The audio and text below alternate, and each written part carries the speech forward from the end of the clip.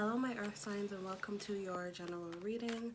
I'm going to be pulling for Taurus, Virgo, Capricorn, Sun, Moon, Rising, and Venus signs. So if you have those placements, then this reading should resonate with you. However, if it doesn't resonate with you, that's alright. There's a lot of amazing other readers on here that probably will resonate with you. And so I just shuffled. I pulled a card for you already. It flew out, so I'll take it. It's the Page of Cups, and I'm feeling like you're going to be giving or receiving a romantic gesture from someone, but also I heard be wary of, especially during these times, making it so small that people, it's not that, you know, when people say, you know, it's the thought that counts and things like that. I think this right now is a time to show your appreciation. It's the appreciation for the person, you know, that you're connecting with that counts at this time. I'm not saying that you need to go out of your way to, you know, get the most expensive things to show your appreciation, but really start finding new ways to, you know, be romantic and things like that, and finding new exciting ways to be romantic. The Page of Cups is very new and very youthful and fun and playful and lighthearted, and I think that's, you know, the kind of energy that would do you a lot of justice right now as well. So, you know, the more you start, you know, doing this, the more the people around you will start doing this, because, you know, your energy attracts what you you know, what you receive in this reality. So why not you know, bring about more romantic, playful energy in your life, especially if, you know, it's being made available to you as well. Oh, I'm not taking those.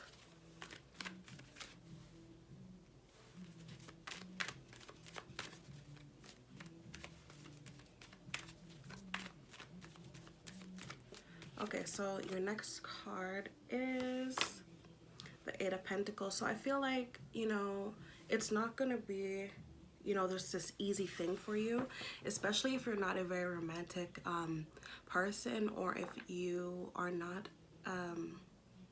if you're very new to giving love, healthy love, especially if you're new to relationships, or if you knew this is a new relationship that you're in, or you're meeting new people and things like that. It's gonna take a little bit of time, a little bit of practice and things like that, but you will get the hang of it. I don't like the stereotypes that earth signs aren't romantic and aren't or they're boring and things like that, but I think as any sign, no matter what, you know, when we get negative backlash or negative criticism, try to flip it to the positive. I don't think that it's that you know, earth signs are boring or they don't know how to, you know, be romantic. It's just that they do it in a different way.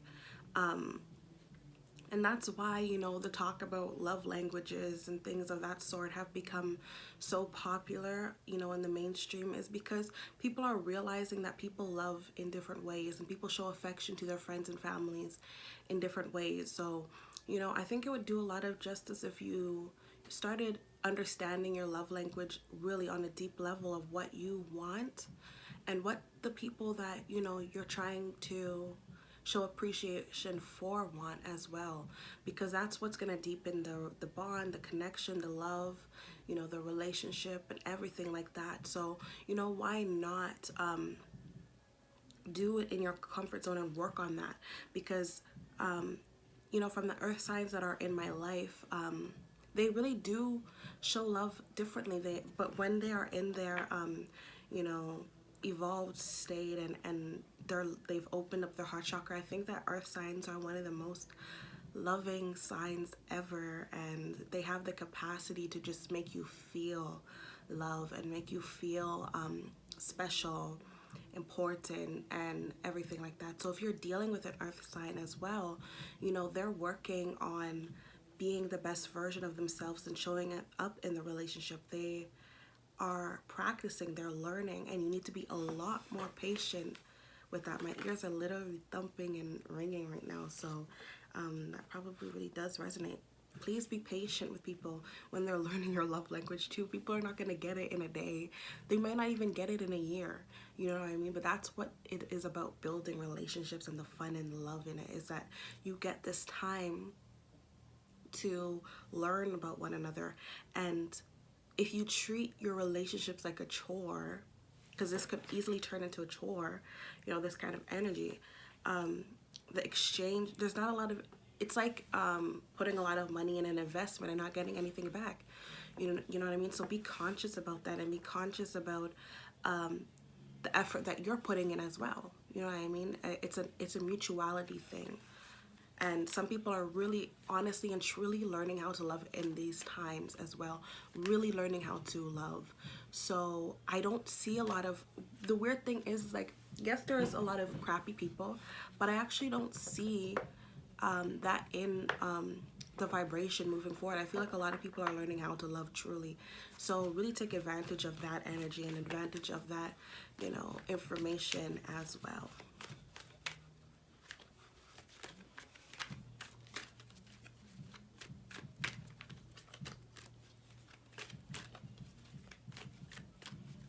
I think some people are really afraid of not getting back, like not receiving the love that they are giving back from someone as well.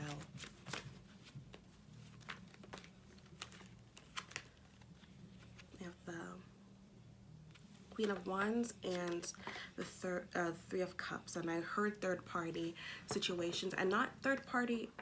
Third party doesn't always mean, you know, another person. Your person's cheating on you. There's three in the party, but I feel like both parties did kind of have third party situations.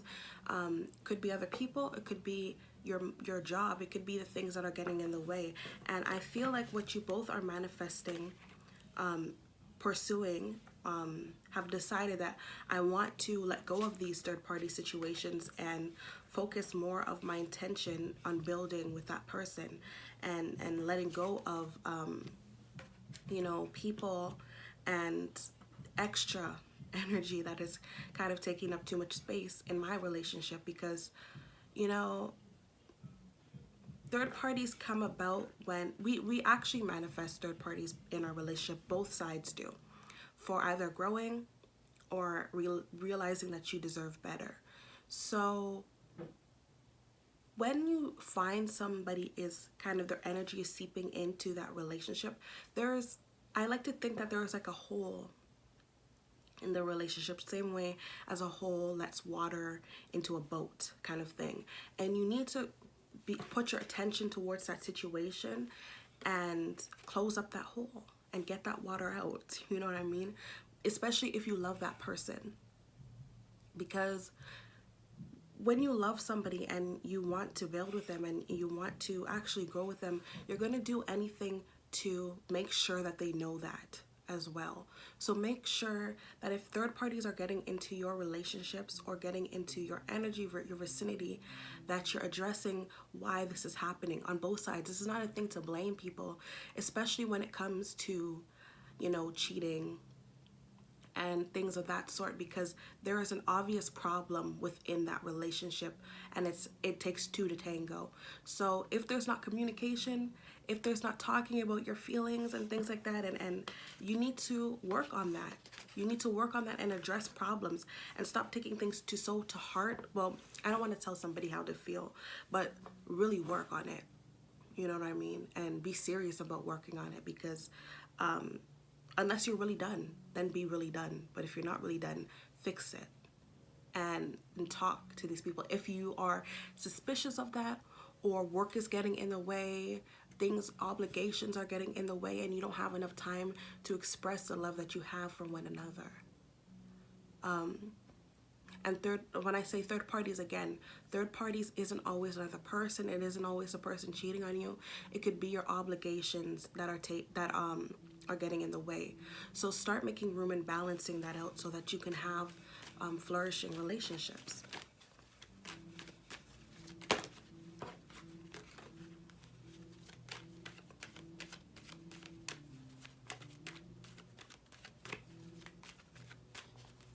Okay, So the next card is the Devil card, and definitely getting out of something very toxic. I think it's an emotional cycle of something. An emotional cycle needs to come to an end.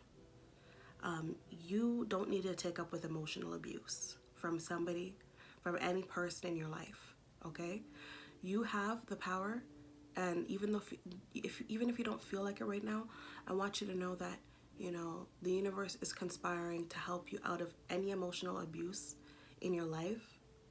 You know, any kind of toxic authority figures in your life, you know,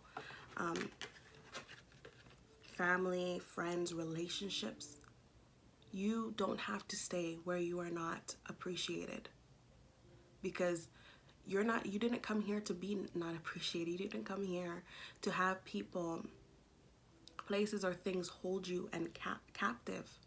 You know, you're meant to soar. You're meant to fly free from situations, and you're not supposed to be obligated to the mundane of things, you know? So you demand to get satisfaction from all the things that, you know, you are wanting to experience.